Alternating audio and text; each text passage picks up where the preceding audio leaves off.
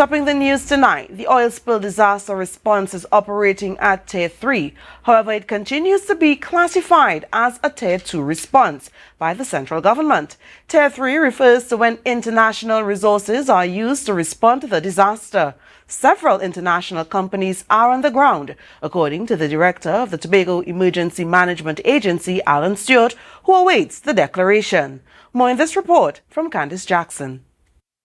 Within 24 hours of the Gulf Stream being discovered on a reef near Cove leaking bunker fuel into the water, Chief Secretary Allan Stewart declared a Tier 2 disaster, with the potential to be elevated to a Tier 3.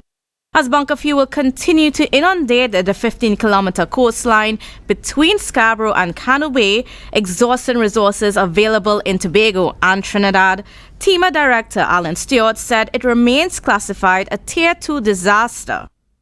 But it feels that way, it looks that way, it walks that way, and probably from where I sit and when I look at the National Oil Spill Contingency Plan, in my mind, I'm clear that we are into a Tier 3 operation. Stewart explained that Tier 3 involves international assistance. A Tier 3 response speaks to resources or the impact of a hazard which outstrip the resources to mirror it. For example, once it go beyond your capacity, then you are at a Tier 3 where international assistance is required. The Chief Secretary has been eager to make that declaration. But it's a pronouncement that it's left up to the national government to do. However, Stewart claimed that he is only following policies laid out by the central government. I hold on to the plan. I go with the plan.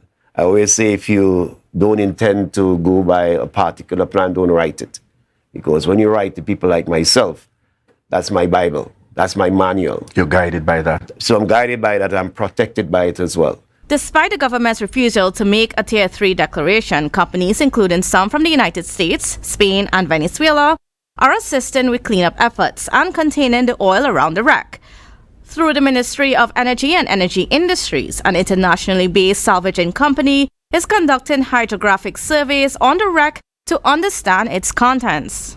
And then the salvaging part of it is up to them how they will go about doing that.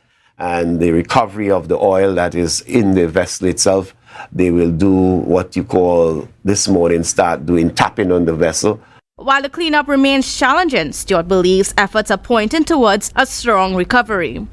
Kandace Jackson, Tobago Updates, Television News.